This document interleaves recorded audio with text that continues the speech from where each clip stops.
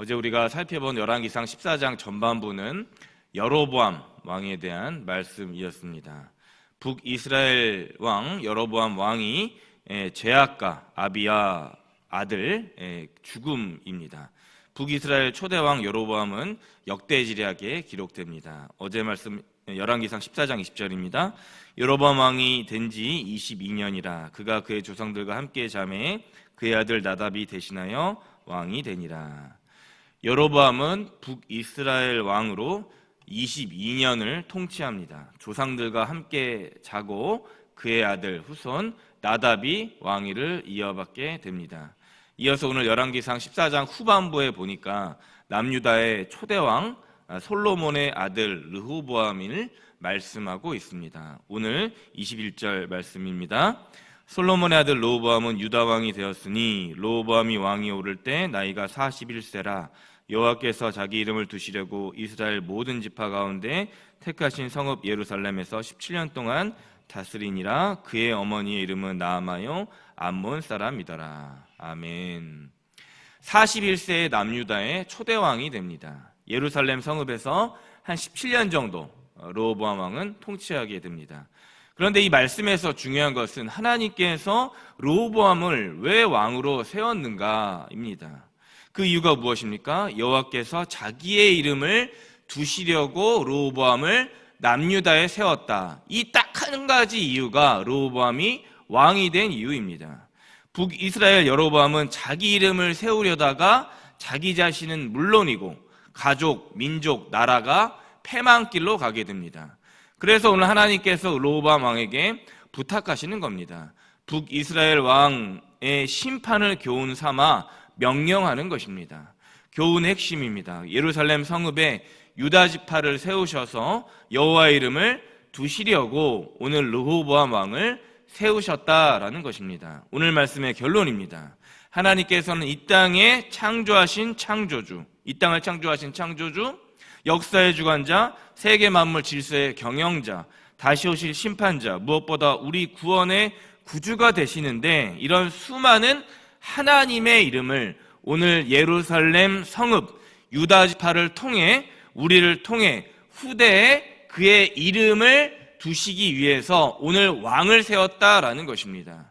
그런데 문제가 발생합니다. 솔로몬의 아들 르호보암은 동족 북이스라엘 왕 여로보암이 패망의 길을 그대로 쫓아서 갑니다.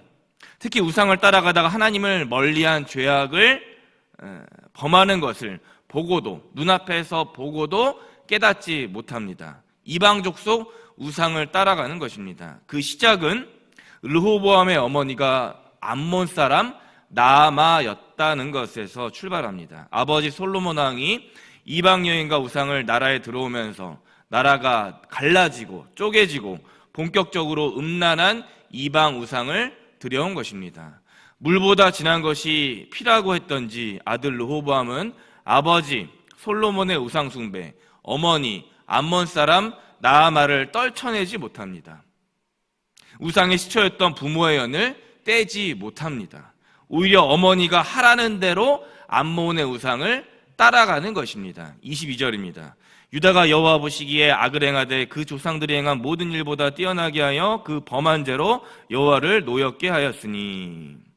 남유다가 하나님 앞에서 우상들을 섬기고 따라가는 죄악을 범합니다. 그런데 놀라운 것은 그 조상들이 했던 우상 숭배는 동쪽 이스라엘 백성들이 했던 우상 숭배보다 수준이 몇 갑절로 더 심각하게 우상을 섬기는 것입니다.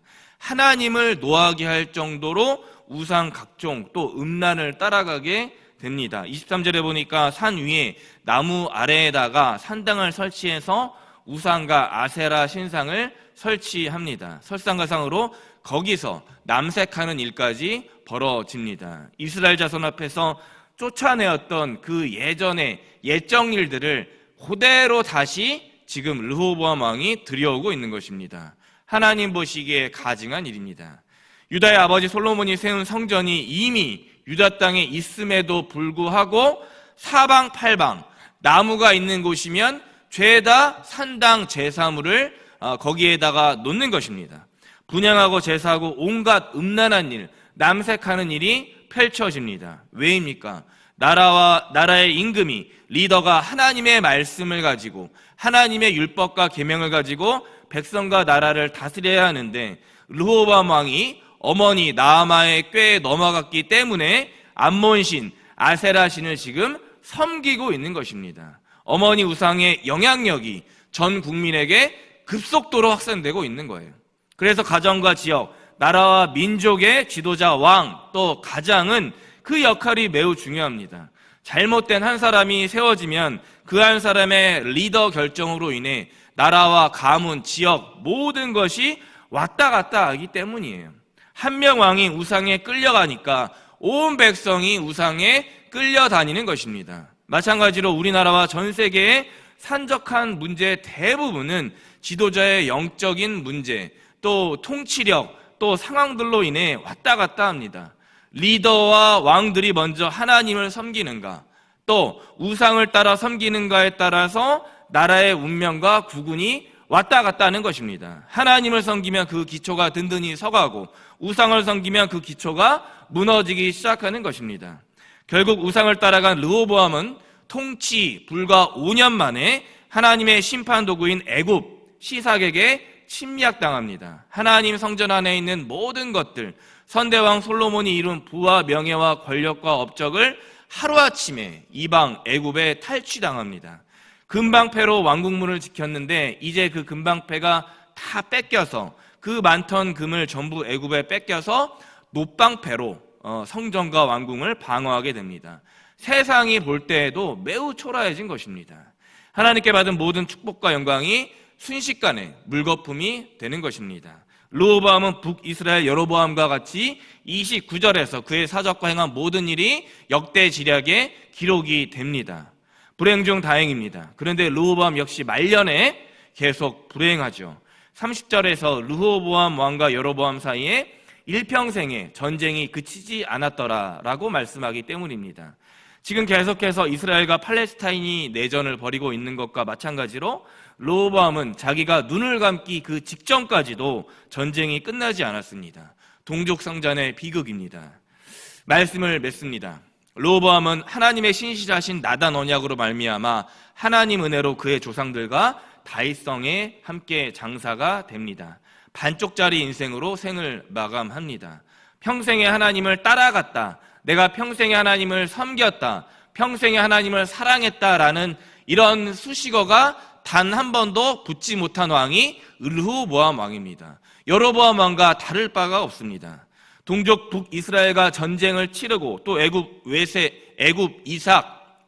외세의 침략에 한날 한시도 편할 날이 없었던 르호보암.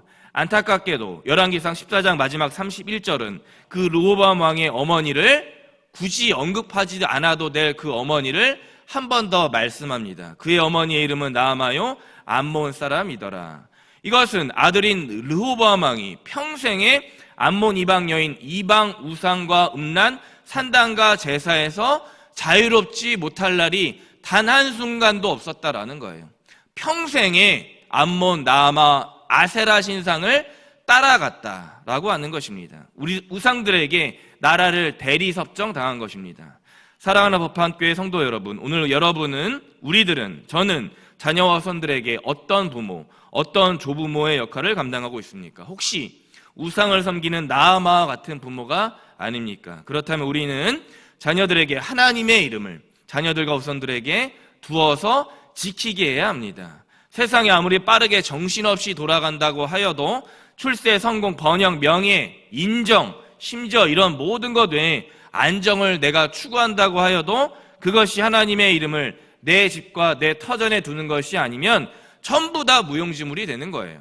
왜입니까? 평생을 암몬 이방 우상여인 나아마를 어머니로 둔 르호보암은 그의 인생 평생을 전부를 암몬과 아세라 신상 우상을 따라가느라 모든 시간과 에너지를 낭비했기 때문입니다.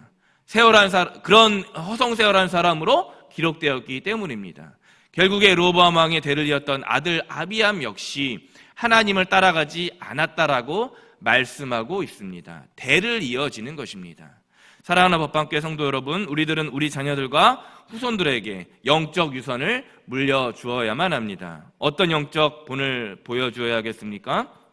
혹시 그것이 오늘 아세라 암몬이라면 우리는 르호보암처럼 내 자식을 아비암처럼 기르는 것입니다. 한 주의 중반입니다. 부디 바라는 것은 하나님께서 우리 성도님들에게 반면교사로 부탁하신 말씀, 가정과 일터에 하나님의 이름을 두라고 하셨던 이 말씀 한 가지를 지키시기를 바랍니다. 오늘 이 아침 교회를 나서면 우리가 가는 곳마다, 가는 곳곳마다 하나님의 이름을 세워야 합니다.